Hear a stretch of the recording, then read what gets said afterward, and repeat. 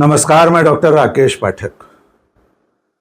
दोस्तों, पहलगाम हमले को 10 दिन से ज्यादा बीत चुके हैं। पूरे देश में लोगों के मन में दुख है, गुस्सा है, क्षोभ है। पूरा देश चाहता है कि आतंकवादियों को और उनके आकाओं को सबक सिखाया जाए। एक तरफ गोदी मीडिया है, दंगाई मीडिया है, सत्ता के समर्थकों की फौज है जो लगातार युद्धोन्माद भड़काने में लगी हुई है। आप देखते होंगे टीवी स्क्रीन पर युद्ध का मैदान सज चुका है, वॉर रूम तैयार हो चुके हैं। नोएडा मीडिया हर दिन भारत और पाकिस्तान के बीच युद्ध का उद्घोष कर रहा है। लेकिन इससे भी ज्यादा जरूरी बात यह है कि पूरे देश के इस दुख और गुस्से के बावजूद प्रधानमंत्री नरेंद्र मोदी ने आज की तारीख तक 2 मई 2025 तक पहलगाम हमले के 10 दिन बीत जाने के बावजूद पाकिस्तान का नाम नहीं लिया है। जी हां, एक बार फिर सुन लीजिए और ध्यान करके सोचकर बताइए, जांच लीजिए, परख लीजिए कि पहलगाम हमले के बाद से आज तक प्रधानमंत्री नरेंद्र मोदी ने पाकिस्तान का नाम नहीं लिया है। पाकिस्तान के पा का भी उच्चारण उन्होंने नहीं किया है। लेकिन जब वे सत्ता में नहीं थे, जब वे गुजरात के मुख्यमंत्री थे, तब मुंबई हमले में उन्होंने क्या किया था, उस वक्त वे क्या कह रहे थे और क्या कर रहे थे, ये भी आपको आगे बताएंगे। सबसे पहले इस क्रोनोलॉजी को समझ लीजिए। आप सब जानते हैं पहलगाम में आतंकवादियों ने हमारे 26 नागरिकों की हत्या कर दी थी। आतंकवादी सीमा पार से आए थे और हो सकता है उनके मददगार सीमा के अंदर भी हों। उसके बाद से पूरा देश दुख से बुरी तरह से उद्विग्न है। पूरा देश दुख में डूबा हुआ है। गुस्सा है लोगों के भीतर। आतंकवादियों और उनके आकाओं के खिलाफ कार्रवाई की मांग पूरे देश से उठ रही है। घटना के समय प्रधानमंत्री नरेंद्र मोदी सऊदी अरब के प्रवास पर थे। इस बड़ी घटना के बाद वे अपनी यात्रा बीच में रोककर देश में वापस लौटे, भारत वापस लौटे। लेकिन उसके बाद उन्होंने क्या किया, आप सब जानते हैं कि प्रधानमंत्री नरेंद्र मोदी सऊदी अरब से लौटकर सबसे पहले बिहार गए। बिहार में विधानसभा चुनाव होने वाले हैं। बाकायदा उन्होंने एक चुनावी सभा को संबोधित किया, लेकिन उस सभा में भी पाकिस्तान का नाम नहीं लिया। वहां उन्होंने बिहार को मद्देनजर रखते हुए जब मृतकों के बारे में बात की, ये बताया कि पहलगाम के इस हमले में कहां कहां के लोग मारे गए हैं, तब उन्होंने उसी रौ में बिहार का नाम भी ले लिया। जबकि पहलगाम के इस आतंकवादी हमले में एक भी मृतक बिहार का रहने वाला नहीं है। आइए बिहार का वो भाषण सुन लीजिए और गौर से, ध्यान से सुनकर बताइए, क्या प्रधानमंत्री ने पाकिस्तान का नाम लिया?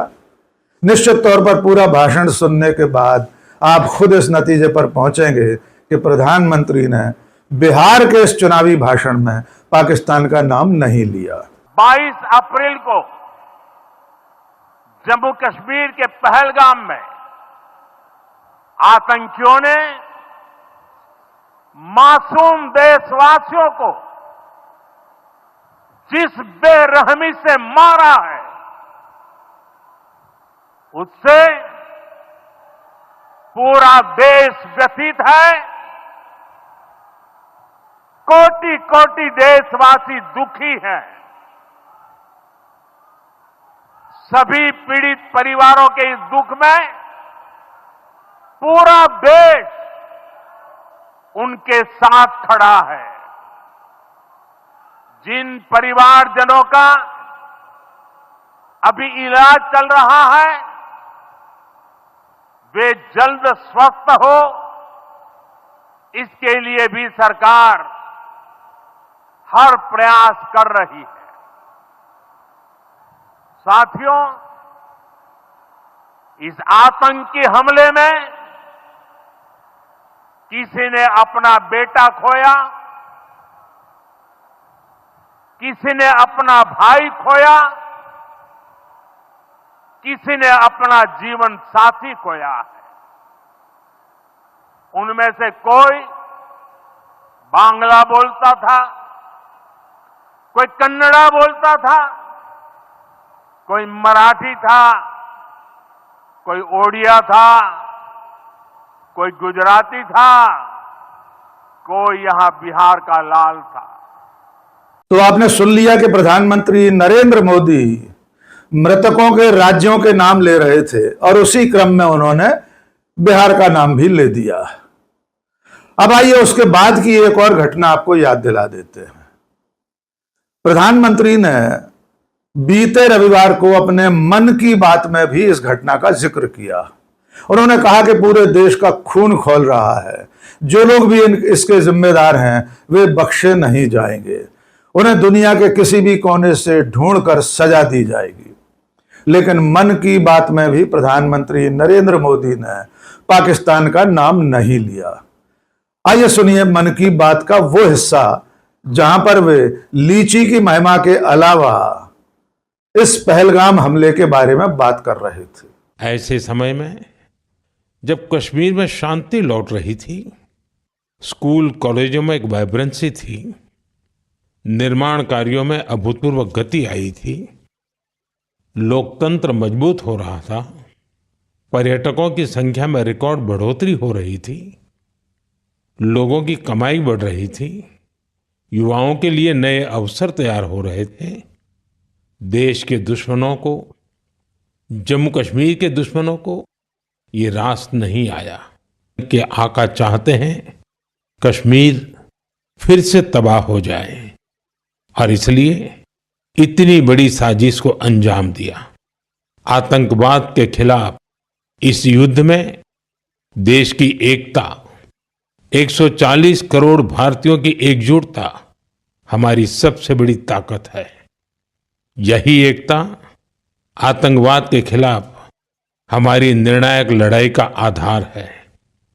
हमें देश के सामने आई इस चुनौती का सामना करने के लिए अपने संकल्पों को मजबूत करना है। हमें एक राष्ट्र के रूप में दृढ़ इच्छा शक्ति का प्रदर्शन करना है। आज दुनिया देख रही है, इस आतंकी हमले के बाद पूरा देश एक स्वर में बोल रहा है।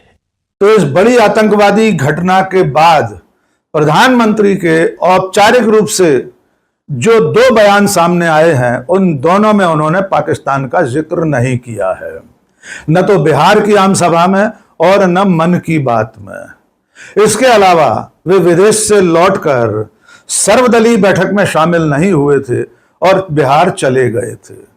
आइए अब आपको थोड़ा सा अतीत में लिए चलते हैं। आपको याद दिलाते हैं कि ये वही नरेंद्र मोदी हैं जो जब गुजरात के मुख्यमंत्री थे तब वे देश पर होने वाले आतंकवादी हमलों के समय किस तरह सरकार से सवाल पूछते थे। तब वे पूछते थे आतंकवादी कैसे देश के भीतर घुस आते हैं। तब वे पूछते थे कि आतंकवादियों को आर्थिक मदद किस तरह हो रही है, और तमाम सारे सवाल पूछा करते थे। और उससे भी बड़ी बात यह है कि जिस वक्त देश पर हमले जैसा मुंबई अटैक हुआ था, 26/11 के उस हमले के समय नरेंद्र मोदी मुंबई पहुंचकर प्रेस कॉन्फ्रेंस कर रहे थे। आपको याद है कि 26 नवंबर 2008 को मुंबई पर बहुत बड़ा आतंकवादी हमला हुआ था। यह महज एक आतंकवादी हमला नहीं था, बल्कि देश की सुरक्षा पर, देश की अखंडता पर एक हमला था, और इसको युद्ध के रूप में ही लड़ा गया था। 26 नवंबर को शुरू हुआ सुरक्षा बलों का ऑपरेशन 29 नवंबर तक चलता रहा। लेकिन तब गुजरात के तत्कालीन मुख्यमंत्री नरेंद्र मोदी मुंबई पहुंचकर प्रेस कॉन्फ्रेंस कर रहे थे। उन्होंने होटल ट्राइडेंट के सामने खड़े होकर प्रधानमंत्री के संबोधन के बारे में असंतोष भी जताया था। हमले के दूसरे या तीसरे दिन तत्कालीन प्रधानमंत्री डॉक्टर मनमोहन सिंह ने राष्ट्र के नाम संबोधन दिया था। इस आतंकवादी घटना को लेकर उन्होंने देश की भावनाओं को अपने भाषण के जरिए व्यक्त किया था, लेकिन नरेंद्र मोदी को उनका भाषण उचित नहीं लगा था। आइए सुनते हैं उस वक्त गुजरात के तत्कालीन मुख्यमंत्री नरेंद्र मोदी मुंबई में खड़े होकर क्या कह रहे थे। मुंबई में जो आतंकवादी घटना घटी है, ये हमला मुंबई पर नहीं पूरे हिंदुस्तान पर है, हिंदुस्तान की सॉवरेनिटी पर है, हिंदुस्तान के स्वाभिमान पर है। कल प्रधानमंत्री जी का राष्ट्र के नाम जो संदेश था, कल मैंने भी मीडिया का माध्यम से अपनी भावनाओं को प्रकट किया था, लेकिन देश को प्रधानमंत्री से बहुत कुछ अपेक्षाएं थी। कल राष्ट्र के नाम उनका संदेश निराशाजनक रहा। पहली बार पाकिस्तान ने समुद्री मार्ग से आतंकवाद के ऑपरेशन का कारण बना है। मरीन पुलिस पहले तो मछुआरों को ले जाती थी, जेल में बंद करती थी, लेकिन बोट दे देती थी। अभी वहां की मरीन पुलिस हमारी बोटों को रख लेती है। और मैंने 1 साल पहले कहा था कि हमारी जो बोट ले जा रहे हैं, उस बोट का देश के खिलाफ दुरुपयोग होगा, देश के खिलाफ नुकसान होगा, और इसलिए ऐसी बोट का वापस ले लेना जरूरी होता है।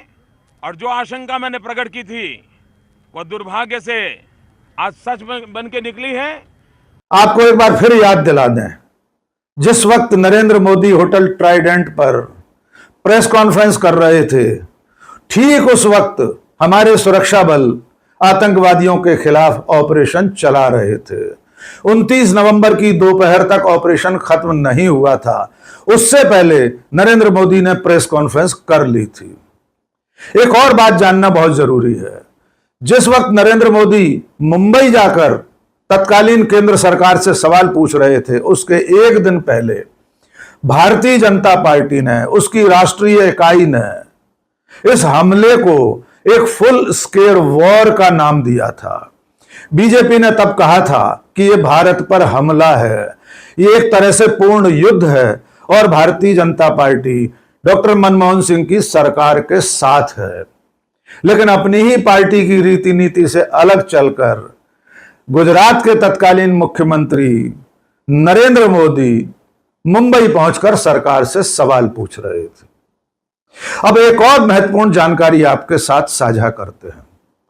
29 नवंबर को ही दिल्ली विधानसभा का मतदान होने वाला था। उस दिन भारतीय जनता पार्टी ने एक विज्ञापन दिया था, एक फुल पेज का विज्ञापन। उस विज्ञापन में डॉक्टर मनमोहन सिंह की सरकार को कमजोर सरकार बताया गया था, और साथ में उसमें नीचे लिखा था कि भारतीय जनता पार्टी को वोट दें। एक मजबूत सरकार के लिए बीजेपी को वोट देने की अपील की गई थी। 26 नवंबर को हमला हुआ। 29 नवंबर को Bharatiya Janata party full page का विज्ञापन देकर दिल्ली के मतदाताओं से वोट मांग रही थी। यानी जिस हमले को भारतीय जनता पार्टी ने 28 नवंबर को फुल स्केल वॉर कहा था, उसके अगले ही दिन 29 नवंबर को उस हमले के नाम पर वोट मांगना शुरू कर रही थी। उसके बाद दिसंबर महीने में राजस्थान विधानसभा का चुनाव होने वाला था, और तब भी भारतीय जनता पार्टी ने इस हमले का नाम लेकर वोट बटोरने का काम किया था। एक आम सभा में गुजरात के तत्कालीन मुख्यमंत्री नरेंद्र मोदी ने केंद्र सरकार से कई सवाल पूछे थे। आइए उस भाषण को सुन लीजिए और अंदाजा लगाइए कि उस वक्त भारतीय जनता पार्टी मुंबई हमले के खिलाफ किस तरह केंद्र सरकार को कटघरे में खड़ा करती थी। और उस वक्त भी नरेंद्र मोदी के सवाल गलत नहीं थे, लेकिन आज सवाल पूछना देशद्रोह है। आइए सुनते हैं नरेंद्र मोदी का आम सभा में दिया गया वो भाषण। आप दीजिए, ये जो आतंकवादी है, ये नक्सलवादी है, उनके पास शस्त्र और बारूद कहां से आता है? वो तो विदेश की धरती से आता है, और सीमाएं संपूर्ण रूप से आपके कब्जे में है। सीमा सुरक्षा बल आपके कब्जे में है। मैंने उनको दूसरा सवाल पूछा, हमने कहा आतंकवादियों के पास धन आता है, हवाले से आता है, पूरा मनी ट्रांजैक्शन का कारोबार भारत सरकार के कब्जे में है, आरबीआई के अंडर में है, बैंकों के माध्यम से होता है। क्या प्रधानमंत्री आप इतनी निगरानी नहीं रख सकते कि ये जो धन विदेश से आकर के आतंकवादियों के पास जाता है आपके हाथ में है, आप उसको क्यों नहीं रोकते हैं? मैंने तीसरा सवाल उनको पूछा कि विदेशों से घुसपैठ आते हैं, घुसपैठ आतंकवादियों के रूप में आते हैं, आतंकवादी घटनाएं करते हैं, भाग जाते हैं। प्रधानमंत्री जी आप मुझे बताइए, सीमाएं आपके हाथ में है, कोस्टल सिक्योरिटी आपके हाथ में है, बीएसएफ सेना सब आपके हाथ में है, नेवी आपके हाथ में है, ये विदेश से घुसपैठ के कैसे घुट जाते हैं? मैंने चौथा सवाल पूछा, सारा कम्युनिकेशन भारत सरकार के अंडर में है, कोई भी अगर टेलीफोन पे बात करता है, ईमेल भेजता है, कोई भी कम्युनिकेशन करता है, भारत सरकार उसको इंटरप्ट कर सकती है, इंटरप्ट कर करके जानकारियां पा सकती है कि आतंकवादी गतिविधि के अंदर कौन सा कम्युनिकेशन चल रहा है और आप उसे रोक सकते हो। मैं पूछना चाहता हूं प्रधानमंत्री जी को, इस विषय में आपने क्या किया है? मैंने पांचवा सवाल उनको पूछा कि आप विदेशों में जो आतंकवादी भाग चुके हैं, जो लोग विदेश में बैठ करके हिंदुस्तान में आतंकवाद की घटनाएं कर रहे हैं, उनको प्रत्यारोपण के द्वारा हिंदुस्तान लाने का हमें अधिकार होता है। आपकी विदेश नीति में वो क्या ताकत है? एक बार इन पांचों चीजों पर कुछ करके दिखाइए, आतंकवाद जड़ मूल से उखड़ जाएगा।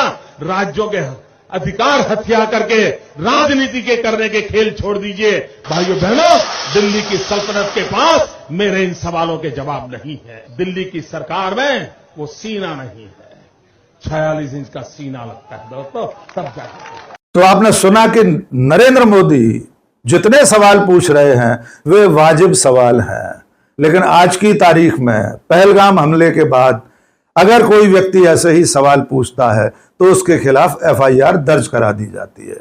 लखनऊ विश्वविद्यालय की प्रोफेसर डॉक्टर मेडुसा और नेहा सिंह राठौर के खिलाफ ऐसे ही सवाल पूछने पर एफआईआर हो चुकी है। इस बीच में पहलगाम हमले के बाद से केंद्र सरकार ने, मोदी सरकार ने जो कदम उठाए हैं उन सारे कदमों की जानकारी आपके पास है। सर्वदलीय बैठक के बाद प्रधानमंत्री नरेंद्र मोदी ने तीनों सेनाओं के प्रमुखों के साथ बैठक की थी और उसके बाद यह बयान सामने आया था कि प्रधानमंत्री ने, सरकार ने सेना प्रमुखों को खुली छूट दे दी है आतंकवादियों और उनके शरणदाताओं, उनके आकाओं के खिलाफ कार्रवाई करने की। यह खबर भी सूत्रों के हवाले से सामने आई थी। एक वीडियो भी जारी किया गया था सरकार की तरफ से, लेकिन वो म्यूट था, उसमें कोई आवाज सामने नहीं आई थी, आना भी नहीं चाहिए। इस स्तर की तैयारी की सारी बातचीत देश और दुनिया के सामने इस तरह नहीं आना चाहिए कि आतंकवादी या उनके आकाओं को हमारी सरकार की तैयारियों की जानकारी मिल जाए। पहलगाम में हुए हमले के बाद जो भी परिस्थितियां हैं उनको लेकर संसद का विशेष सत्र बुलाने की मांग कांग्रेस पार्टी ने की है। कांग्रेस अध्यक्ष मल्लिकार्जुन खड़गे और नेता प्रतिपक्ष राहुल गांधी ने केंद्र सरकार से, मोदी सरकार से अपील की है कि इस मुद्दे पर संसद का विशेष सत्र बुलाया जाए। उधर जम्मू कश्मीर विधानसभा इस मामले में विशेष सत्र आयोजित करके पूरे मामले पर चर्चा कर चुकी है। नरेंद्र मोदी और केंद्र सरकार कब संसद का विशेष सत्र आयोजित करेंगे कोई नहीं जानता। लेकिन एक बार फिर अपने उस मूल सवाल पर लौटते हैं कि प्रधानमंत्री नरेंद्र मोदी पाकिस्तान का नाम कब लेंगे? कब तक वे हमारे देश पर हमला करने वाले देशों का नाम लेने से बचते रहेंगे? देशों इसलिए कहा क्योंकि इससे पहले गलवान घाटी में जब चीनी अतिक्रमण हुआ था, हमारे जांबाज जवान शहीद हुए थे, तब से लेकर आज तक प्रधानमंत्री नरेंद्र मोदी ने चीन का नाम भी नहीं लिया है। यहां तक कि उन्होंने गलवान की घटना के बाद सर्वदलीय बैठक में यह कह दिया था कि न तो कोई घुसा है न कोई घुस आया है, और तब से लेकर आज तक चीन का नाम लेने से वे गुरेज करते रहे हैं और अब पाकिस्तान का नाम लेना भी उन्होंने बंद कर दिया है। बड़ा सवाल यही है कि प्रधानमंत्री नरेंद्र मोदी उस देश का नाम कब तक नहीं लेंगे जिसने हमारे देश के बेकसूर नागरिकों की हत्या करने वालों को शरण दे रखी है, उनको पालने पोसने का काम कर रहा है। पिछले 10 सालों में न जाने कितनी आतंकवादी घटनाएं हो चुकी हैं, लेकिन प्रधानमंत्री नरेंद्र मोदी पाकिस्तान का नाम तक नहीं लेते। आज के इस वीडियो में बस इतना ही। बहुत बहुत शुक्रिया। जय हिंद।